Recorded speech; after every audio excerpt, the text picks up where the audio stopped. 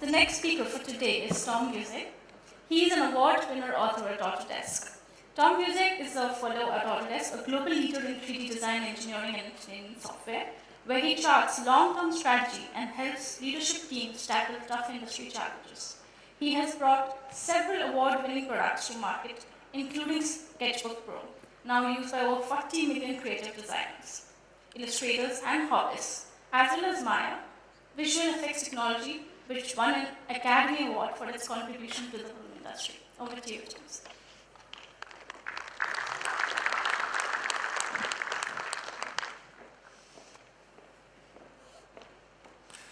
This is my 6th time back in India. I'm so excited to be here. After I finished university, I spent a year traveling around the world, and I spent 5 months traveling through Rajasthan and through northern India, part of central India, and it's so different, and it's so exciting to see how it's changed. I wonder if part of the reason is I was spending $7 a day when I was a student with India, so now happily I don't do that. So I'm here today to talk about something that is near and dear to all of our hearts, which is the growth and the impact of emerging technologies. And I hope I'd like to share with you something that is a framework or a way of thinking about technologies that works for the short term, but also in terms of the long term. There's 3 big ideas that Steve shared about the future of making, design, make, and use. Today I'd like to pull back the covers and illustrate how these technologies work. As Autodesk fellow, I work within the office of the CTO, and so our group's responsibility is to explore emerging technologies, to exploit those technologies, and by that extract the value for them for yourselves and the other industries that we serve, and then to explain them. So here I am striving to explain the impact of these technologies. So 3 big ideas. Technology is moving at an exponentially growing rate. That's affecting industries, causing industries to rise and fall rather chaotically, and it's encouraging us to use our creativity in new ways, as we just seen earlier today. It was an amazing building. Just fantastic. So when I keynoted Autodesk University 2 years ago, I introduced a startling statistic. And that is, according to the American Microprocessor Association, this year we'll be producing more individual transistors than grains of rice harvested on the planet at a lower cost. And it turns out that statistic occurred in the year 2008. And ever since, we've been doubling the amount of individual transistors. And to give you an idea of that, this is it's 1 million grains of rice at a conference that we put together. Thank God for interns. And so a typical smartphone contains about 1,600 boxes of these transistors. It's just astonishing. And at the current rate today, we're producing 15 trillion transistors every second. There, 15 trillion. And you might be asking yourself, where do these go? Where do these transistors, what technologies do they empower? Well, about 6% of them go into the telecommunications network, and then there are other classes that, as you'll soon see, empower the world of making. The important thing to know about these technologies is because they're growing, because faster computers are building faster and more powerful computers, we live in an exponential age. And that means every year, every unit of time, we are doubling the performance that is accruing. And the thing to remember about that is that each step is larger than the sum of the previous steps. And that accounts for this amazing world that we live in. So I showed this image. I want to give you an update. So this is a photograph of what's called the ascension of the Pope, when the Pope was I guess, recognized in the year 2005. And I want you to look at this image and see if you can find any cell phones, any smartphones. Okay, yeah, I think there's one in the corner. Okay, now let's fast forward to the year 2013. Same location, new Pope. I want you to see if you can find any smartphones or cell phones. Okay. Yeah, okay. Fast forward to the year 2016, and we see smartphones in just about every venue. Okay, so it's incredible the changes that these technologies have. And the lesson for us here is that they move slowly and then suddenly. slowly, and then as we go up the knee of the curve, everything changes. And that's true of every exponentially growing technology, not just telecommunications. And it's affecting every one of these industries, including and we'll be talking not only about AEC, but a few of these other industries as well. Transistors are going into 3 classes of technologies, as you know, that are transforming the future of making. The first is sensors. Sensors allow us to augment human senses. They allow us to see, hear, smell, taste, and do things that human beings can't do. Geolocate, sense magnetism, have a presence of certain kinds of chemicals, understand those. And so we call those sensor technologies. Computers, of course, can run algorithms to be able to solve complicated problems, and then fabricators allow us to take that digital information and then bring it back to the world. This is a kind of a digital physical dance as we move from the physical world. We're now able to digitally capture something, and then we can process, make more sense of it, and then take that digital information and then bring it back to the world. And this, though it's a very simple model, is a rich way of thinking about how the future of making will continue to evolve. It's changing the way in which we design and make and serve things, and I like to call this,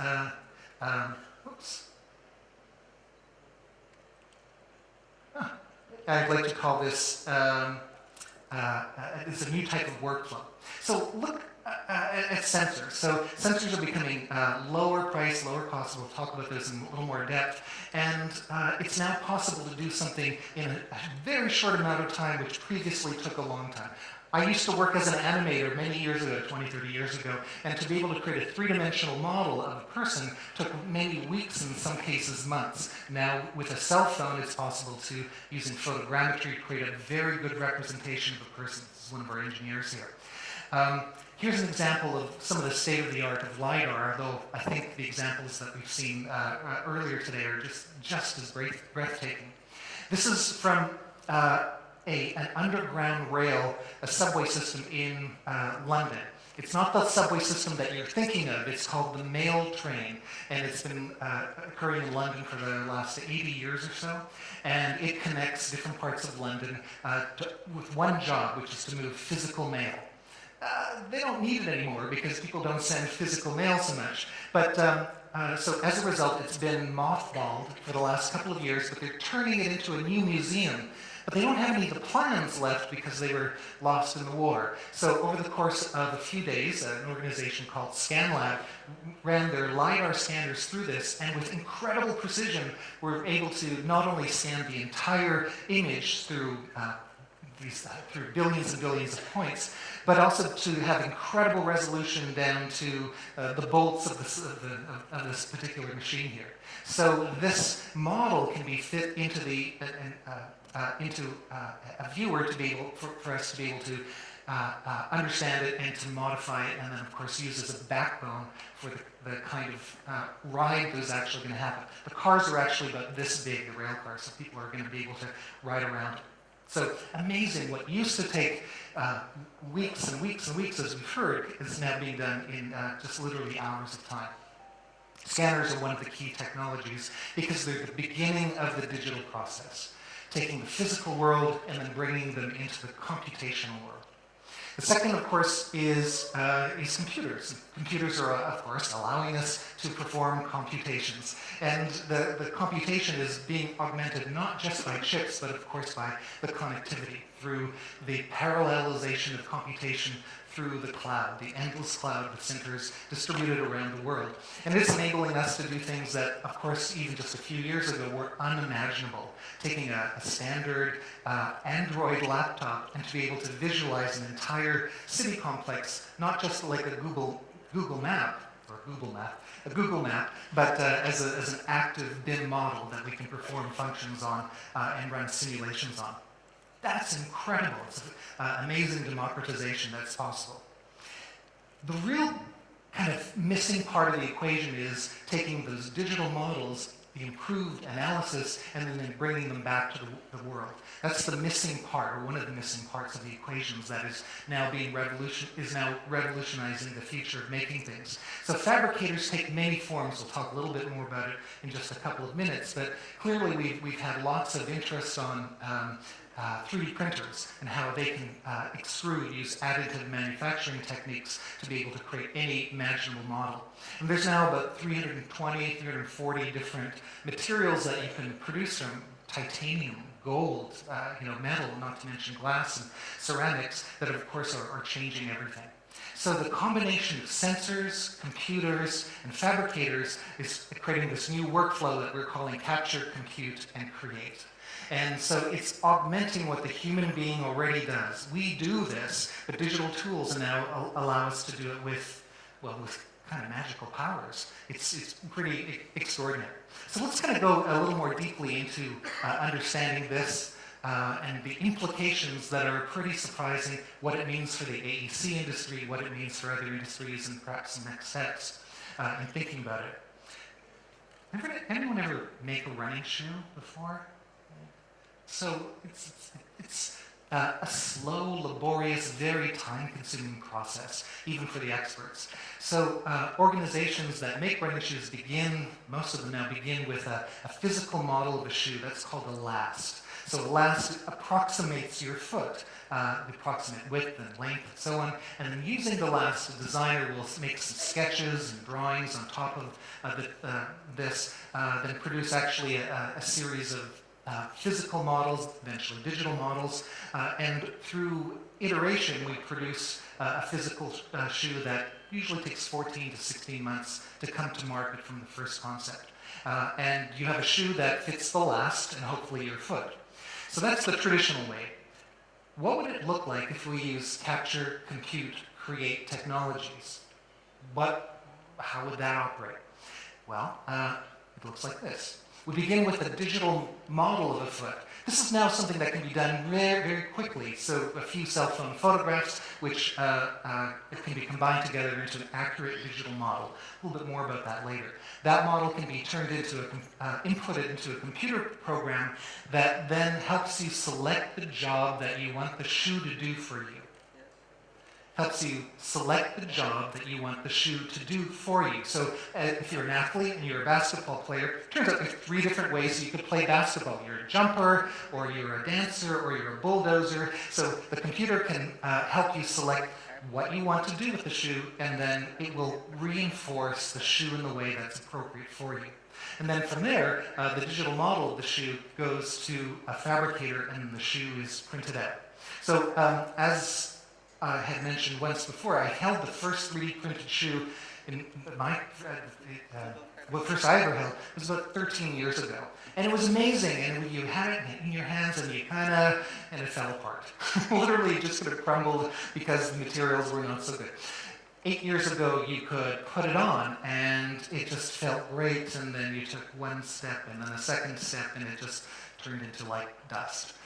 5 years ago, you could walk around the room. 4 years ago, you could run. 3 years ago, you could run a marathon with them, and I'll show you what the state of the art is in just a moment. So this is remarkable. These shoes are changing the business model. What does it look like today? Well, there are scanners, believe it or not, that are designed for just about everything. There's scanners for feet. So here's a foot scanner, and then it produces a digital model. This is another kind of scanner that actually measures the pressure as you walk. Okay? And so the cost of these go lower. So here's the pressure at different parts. Here's the digital model of an athlete. And here is a slow motion video of an athlete named Allyson Felix. She's an Olympic athlete. She's a multiple gold winner. Olympic athlete. She specializes in the 200 and the 400. And let's just watch what the slow motion video tells us about her gait as she turns the corner.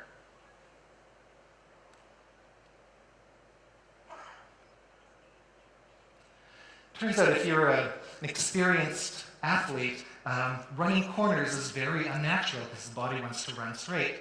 And so it really does a number on your foot. So in order for athletes to work at the very highest level of professionalism, at the highest level of capability, they need shoes that support their work. Turns out that Nike did this work for Allyson Felix, and they discovered that her feet operate in two different ways. One acts as an accelerator, and the other acts as a steering wheel.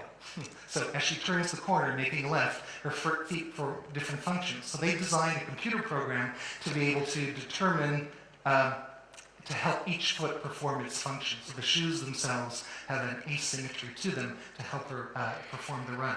These are the bottoms of the printouts of the actual shoe itself. We could spend actually a long time talking about the material. It actually is made of a kind of abalone material from like shells that they sparkle and they scintillate. And there's a generative design pattern, which we've heard about earlier today, that produces the right kind of stressed contour. So it's comfortable, but also gives her the right kind of push. These are some variations of what they look like, and there are initially really big variations and eventually subtle variations. The part that was, I think, most interesting talking to Nike about this was not so much the technology, or rather, not just the technology, but a quality that really surprised me, and that is the way in which they got this to work is through trust. A trust between the athlete and the people doing the research. The feeling that, first of all, the willingness that the athlete had to put her feet and her career into a production that first wouldn't harm her, but secondly would give her useful information to improve her gait. And so that was critical, and it turns out that when you really think about it, our relationship with technology, as well as the people that we work with, is all about trust. It's our faith in their ability to do what we say do what they say it's going to do. It has capability to perform functions, and it's not going to do us any harm. The top of the shoe is actually a different function. So there's two very different approaches to making shoes, the bottoms and the tops. And the tops are made of a new type of manufacturing process that is incredible to watch.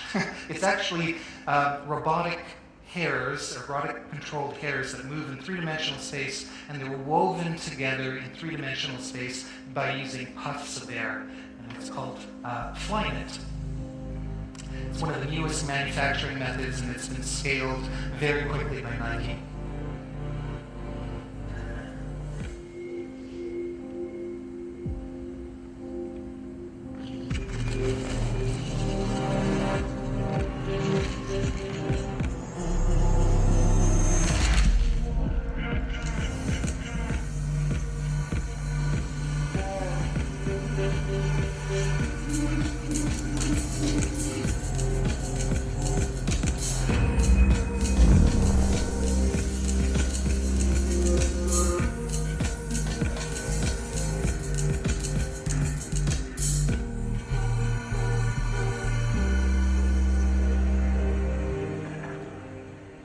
Really beautiful aesthetic technology. The inspiration is a combination, believe it or not, of spider webs and tensile supported bridges. So the combination of these two technologies, generative design, that solves the problem of steering wheel and accelerator, and then the perfectly molded sock that forms the shoe, that produces a shoe that essentially the athlete forgets about. She doesn't pay any attention, which is exactly what you want. She wants to pay attention to the performance here. So this is her in the 2016 Olympics with her shoes, winning 2 golds and 1 silver.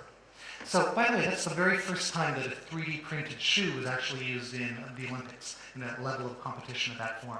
So isn't that incredible? You know, that something that is sort of space age, just even a couple of years ago, as the technology has moved forward so quickly that it's now something that takes the main stage in the world. You know, the thing to think about here is that it's not just a manufacturing method that's changing everything, it's the business model that will result of these new innovations. Because what organizations such as Nike and Under Armour and many others are doing is kind of in an arms race to change the way in which they make shoes, moving from a product to an ongoing service.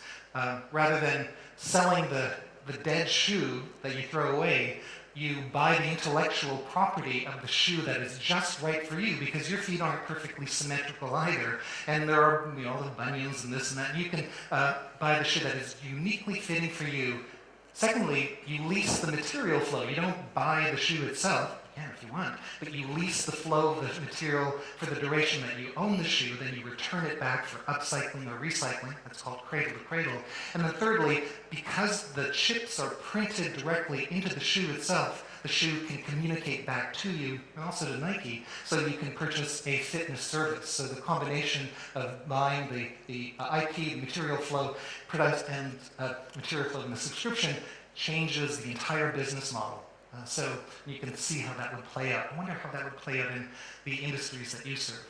That's at the high end, and this is at the low end here. This is a company called Feats. And literally, you can take 2 or 3 cell phone photographs, upload it to the web, and you get a perfectly customized sandal sent to you. So these technologies are being applied at all levels of business in different parts of the marketplace. I think we're starting to see many different examples.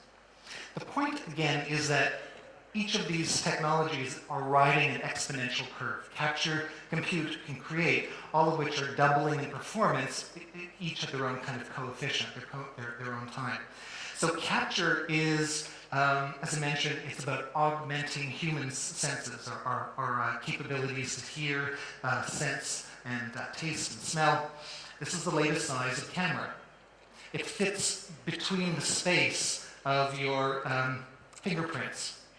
This is what's called a Googleplex camera, and it produces a 100 gigapixel image. These are next generation of LiDAR scans, and so you've seen examples of what that looks like. Today with cell phones, we're now producing how many photographs every year? How many photographs do you think are uploaded to the cloud, Instagram, Facebook? Actually, those two alone, and Google. Every year now, there are between, Google says, they think, they're not entirely sure, but they think it's between 2 and 3 trillion photographs. This is incredible. We're living in a dramatically different age. We did some experiments. We like to, our group, we like to push the bounds of these emerging technologies. So one of my team members went to a place called Green School in Bali, Indonesia, to look at traditional building techniques to explore, really push the bounds of technology. And as you may know, it's an island that's filled with one of the most wondrous building materials of them all, which is bamboo. And it's used in traditional ways to build everything from bridges to covered bridges to schools. Isn't it breathtaking? And it's done with a very manual process. This is actually a photograph inside of what's called the Green School. Absolutely striking and stunning schools. Here's what some of the sketches look like. How do you think they do the production for the design? Well, it's a process that is hundreds of years old, and it kind of starts by building a model, as we do. But here's the model. And then here's another model here. And here's another model. And the structural analysis actually is, once the model is done, you take a tool called a hammer, and then you, I wish I had a video of this. It's just like, no, don't crush it. It's like, wah, wah, wah. And then if it stands, well, then it's good enough, and we think the building's going to stand. So we thought, wouldn't it be fun to actually use some technology to explore this and kind of improve this? Version of the model, and the workers take the model out to the factory. There's the plans, the reference, and then the model, the physical building is built there. So these amazing structures done in traditional means. So my colleagues on the left, Sean Hurley, uses a scanner. Here they are using a scanner. Actually, the biggest problem he confessed was were the monkeys, because monkeys like shiny, bright things, so they couldn't leave the scanners alone for more than 30 seconds, because if they did, it's a glass of water, the monkeys would come down and try to steal the scanners, which was hard because they were like 70 pounds in weight. These are some of the LiDAR scans. You know what this looks like. And so what's amazing is that we're in process of putting this into a simulation tool, taking one of the most beautiful, natural, and actually complicated material, because every single strip, of course, is unique and different, and putting it into arguably one of the most complex BIM models ever produced, and then the combination of using LiDAR scans actually produce aerial scans of this sort. So I thought I'd love to show you examples of what that actually looks like. So capture is moving in breathtaking ways with sensors that are essentially invisible, that have low power, that are almost free, that are informing us in fresh ways. Computation is moving in the same way as well. And the thing about computation is that it augments human capability, human cognition. And I think the interesting thing about that is that the tools that we have reflect what we build, and also vice versa. So our initial tools as we began, produced things that looked like this. And when we introduced non-uniform NURBS technology, we could do this, and then additional tools.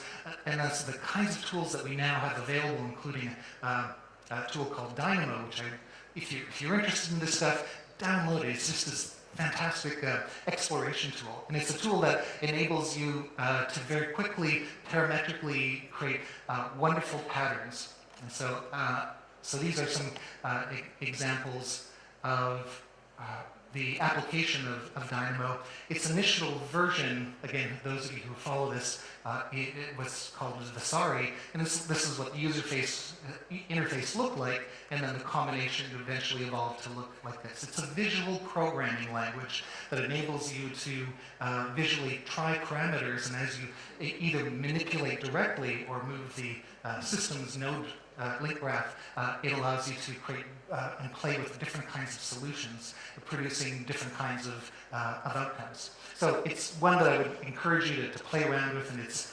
extraordinarily fun, and it changes the paradigm to be able to create multiple variations very, very quickly. The other thing that's really interesting about this technology is that in a way, it's agnostic. Since it's a web app, it can run to different export or rendering tools, whether it's Revit or Maya or 3ds Max. So the underlying technology is one that is alive and living. So one that I would encourage you to play if you're interested in the world of computational design. Where it's getting really interesting now is the world of generative design. And this is a new design paradigm that Steve spoke about before, and we've introduced, I think, a couple of years ago, where as a designer you establish the goals and the constraints, and the computer figures out solutions for you. So say you wanted to make a chair. So you begin with an outline of the chair, and the computer analyzes the performance that you would like to have the chair have, the weight, the strength, tensile shear, and then it evaluates it, does the analysis, and then makes a variation.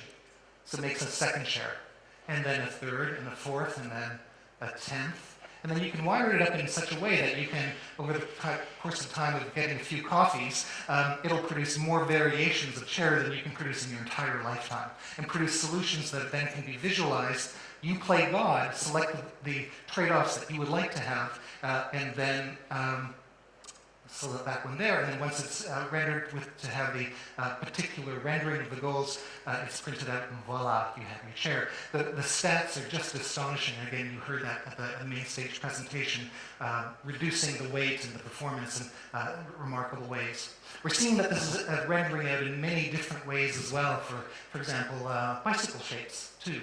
I'm a cyclist, and I love this, and it's interesting to see how each one of these bikes will, not only are they lighter, but they have their own capabilities, their own performance attributes. Some are better at curves, some are better at straightaways, and each time the computer is generating its own particular solution to it. Another version that I found is just astonishing is once you have a shape that you'd like, you could understand the micro lattice. For example, if you'd like it to be as light as possible, how would a computer actually make it? And so here it's actually designing the microstructure of the material itself, which can be 3D printed, and the result that it produces is one that looks like this. Does that resemble anything to you? It's actually bird bone.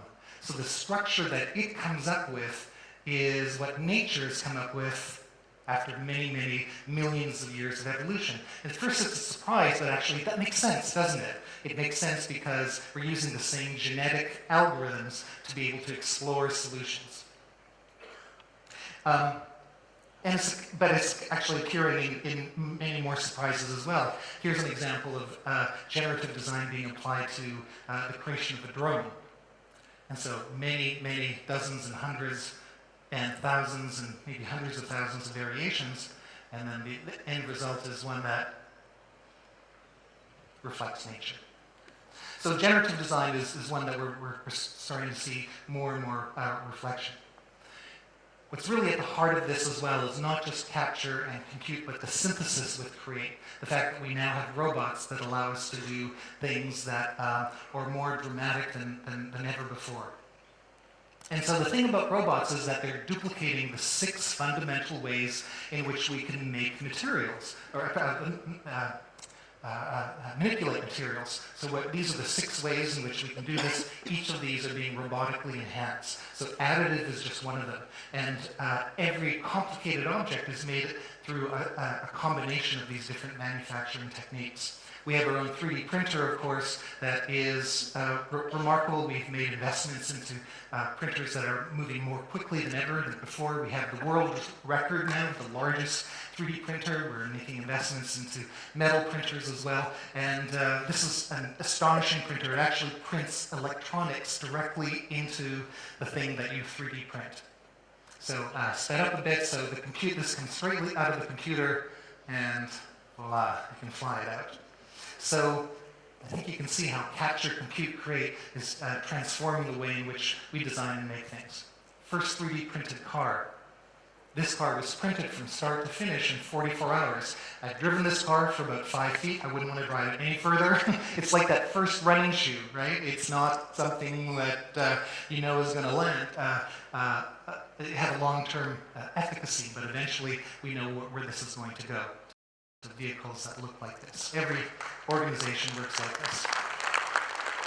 Okay, what does this mean for AEC? Well, again, the combination of capture, compute, create, I think is best exemplified in this building here. This is in Switzerland, and it's a building that houses buildings that houses robots that make buildings. And so these are some of the examples of the kind of buildings that are being produced through robotic means and robotic structures. I'd like to show you this video here for about 1.5 minutes and then just illustrate some of the concluding thoughts.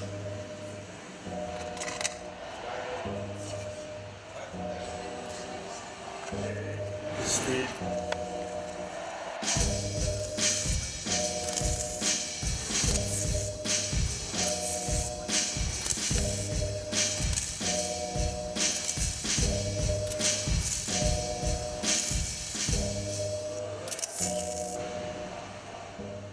First, they were little worm-like blobs. It was hard to see, but we saw a universe of possibilities. Of course, many things went wrong. A welding machine exploded, nozzles got stuck, and the robot got disoriented. But then, they became long lines, complex curves, and double-curved oval tubes. It was like drawing in midair. And after endless testing, we were able to speed up the process and produce this complex sculpture of lines. And now, we are ready for the ultimate poster project, to test all facets of this highly promising printing technology. A large-scale object that is functional and meaningful. We are going to print the steel bridge in Amsterdam.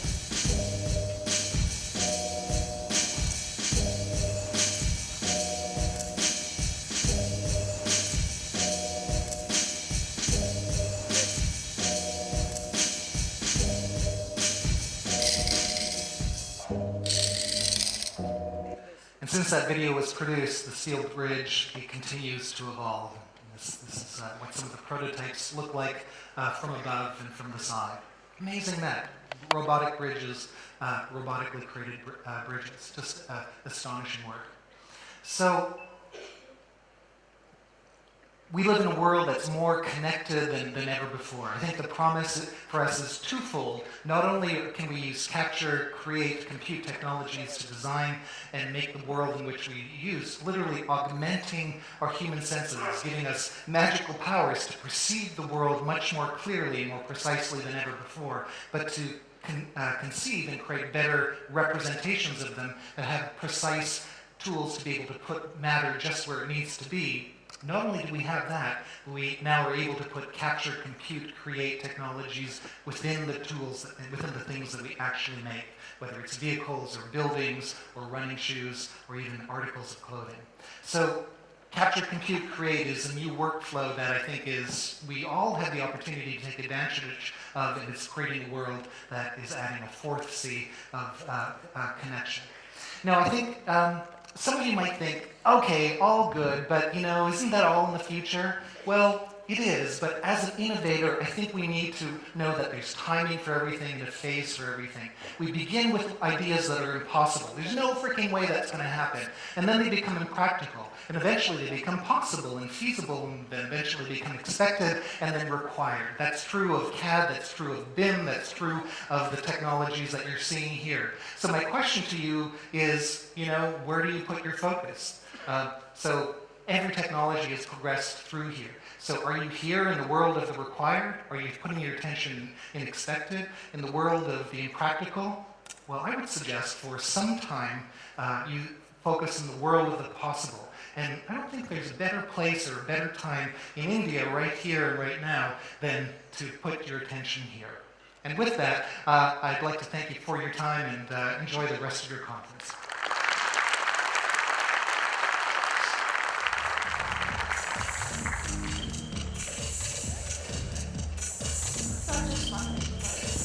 Do we have a... Video as well. Yes. I sure hope it's 3D printed. We'll make one next. Fantastic. Thank you. Thank you.